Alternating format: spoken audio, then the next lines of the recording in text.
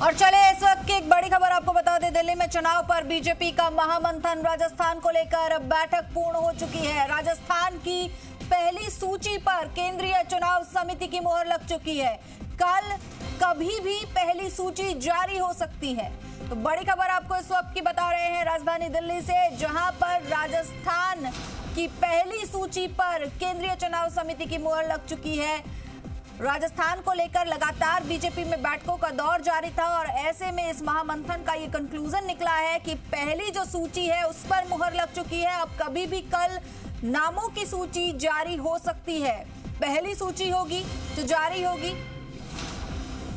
वहीं आपको बता दें कि राजस्थान को 7 जोन में बांटा गया है और ऐसे में पहली सूची पर मुहर लग चुकी है। और चलिए इस खबर पर और अधिक जानकारी के लिए हमारे सहयोगी निजाम कंटालिया हमारे साथ जुड़ चुके हैं।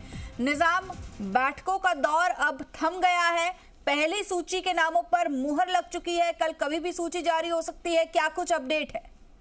बिल्कुल, देखिए कि अगर कहें तो लगातार जो पिछले 2 सप्ताह से कवायद चल रही थी वो आखिर जाके अब मुहर लग चुकी है।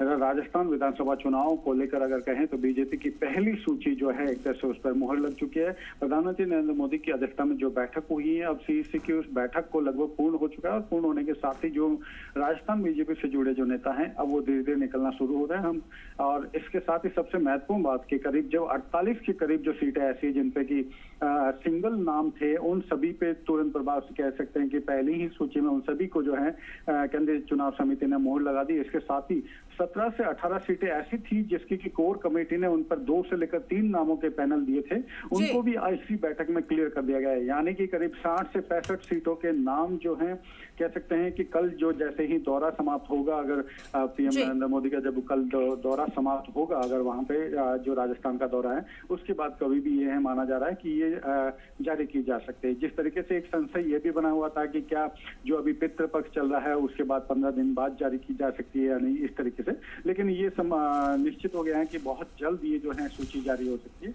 और क्योंकि अब चूंकि मुहर लग चुकी है इन सभी नामों पे, जो माना जा रहा था कि 67 सीटों पे जो है पहली सूची में रखे गए थे नाम की, जो कोर कमेटी ने 67 सीटों को रखा था, 19 सीटें ऐसी हैं उसमें जिसमें कि बहुत कमजोर हैं बीजेपी और लगभग लगातार 2 से 3 बार वहां पे लगातार हार रही थी। उन सीटों पे सबसे पहले जो है जारी की जाएगी। इसके साथ ही जिस तरीके से हम लगातार बात कर रहे हैं सांसदों की बात की, सांसदों को भी जो पहली सूची में कुछ सांसदों के नाम बाहर आ सकते हैं, तो ये पहली सूची जो है उस पर सारी कवायद जो पिछले 2 दिन जारी थी वो अब पूर्ण हो चुकी है और इसके साथ ही अब कहें तो पहली सूची पर केंद्रीय चुनाव समिति की मोहर लग चुकी है। अब इंतजार है बस सूची के बाहर आने का और इसके साथ ही कई संभावितों के नाम भी जो हैं हम दर्शकों तक पहुंचा पाएंगे, लेकिन फिलहाल हम इंतजार कर रहे हैं कि जो भी बाहर आए नेता उनसे हम कुछ बातचीत कर सके। जी बिल्कुल निजाम, और ऐसे में देखिए राजस्थान को 7 जोन में बांटा गया है जिसमें से 67 जो सीटें हैं उन पर प्रत्याशियों के नामों की घोषणा हो सकती है। 2 कैटेगरी बनाई गई हैं, ए और डी। इसको लेकर क्या कुछ जानकारी है? बिल्कुल, देखिए एक कैटेगरी में उन लोगों के नाम है जो कि जिन पे की लगातार कहें तो जी माफ कीजिएगा माजी,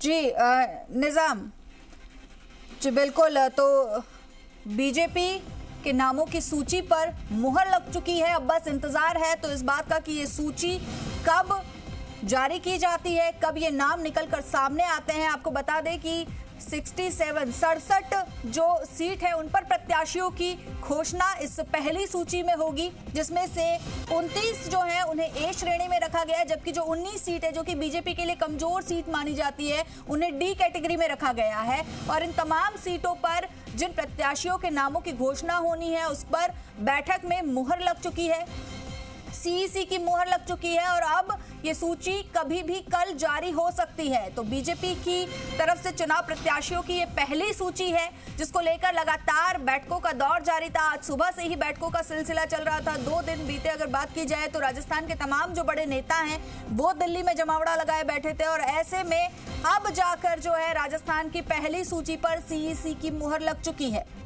और अब ये सूची कभी भी जारी हो सकती है। तो बीजेपी का ये महामंथन राजस्थान को लेकर बैठक पूर्ण हो गई और साथ ही राजस्थान की पहली सूची पर केंद्रीय चुनाव समिति की मुहर भी लग चुकी है। और ऐसे में अब सिर्फ ये इंतजार है कि सूची जारी कब हो सकती है, क्योंकि कल का समय दिया गया है, कल कभी भी ये सूची जारी हो सकती है। तो ऐसे में चुनावी सरगर्मियां राजस्थान में भी तेज होती नजर आती हुई, केंद्र में भी तेज होती नजर आती। और वहीं बीजेपी की तरफ से जो है प्रत्याशियों के नाम को फाइनल कर दिया गया है, सूची पर मुहर लग चुकी है और कभी भी ये सूची जारी हो सकती है, पहली लिस्ट बाहर आ सकती है। और इस पहली लिस्ट में जो है 67 सीटों पर प्रत्याशियों की बीजेपी की तरफ से घोषणा हो सकती है।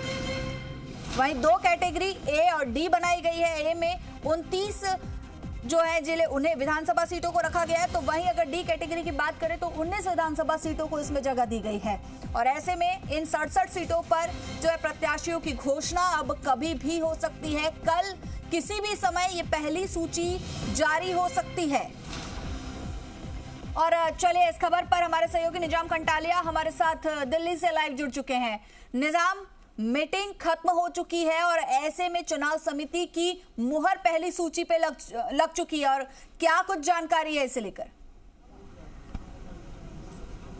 बिल्कुल, देखिए हिमाद्री, हमारे पास जो आ रही हैं, कह सकते हैं कि इसमें 62 करीब 62 ऐसी सीटें हैं जिन पर पूरी तरह से कंफर्म जो हैं कहेंगे कि 62 सीटों पे जो हैं कल की तारीख में सूची जारी हो सकती है। पहली सूची में चूंकि 67 सीटों के नाम जो हैं कोर कमेटी ने तय किए थे और उसके बाद 67 में से 17 सीटें ऐसी थी जिन पर कि 2 से लेकर 3 लोगों के नाम जो हैं भेजे गए थे केंद्रीय चुनाव समिति के सामने। वहीं 42 सीटें ऐसी थी जिन पर सिंगल नाम जो हैं तय किए थे और 6 सीटें ऐसी थी जिन पर कि सांसदों को चुनाव लड़ा जाना था, जिसमें केंद्रीय मंत्री और सांसद कौन उसमें शामिल होंगे उनके नाम जोड़े जाने थे। 6 कह सकते हैं सांसद, उसके साथ ही 42 जिन पे कि 42 सीटें ऐसी थी जिन पे सिंगल नाम थे। उसके अलावा 17 सीटें ऐसी थी जिन पे 2 से लेकर 3 लोगों का पैनल था। तो फाइनली जो 67 सीटें थी उसमें से 62 सीटों के जो माना जा रहा है कि जो केंद्रीय चुनाव समिति के सामने जो क्लियर कर दी है 62 सीटों, उसमें अगर बात करें तो बूंदी, कोटा दक्षिण, लाडपुरा, रामगंज मंडी, जालरापाटन, खानपुर, आसीन, भीलवाड़ा,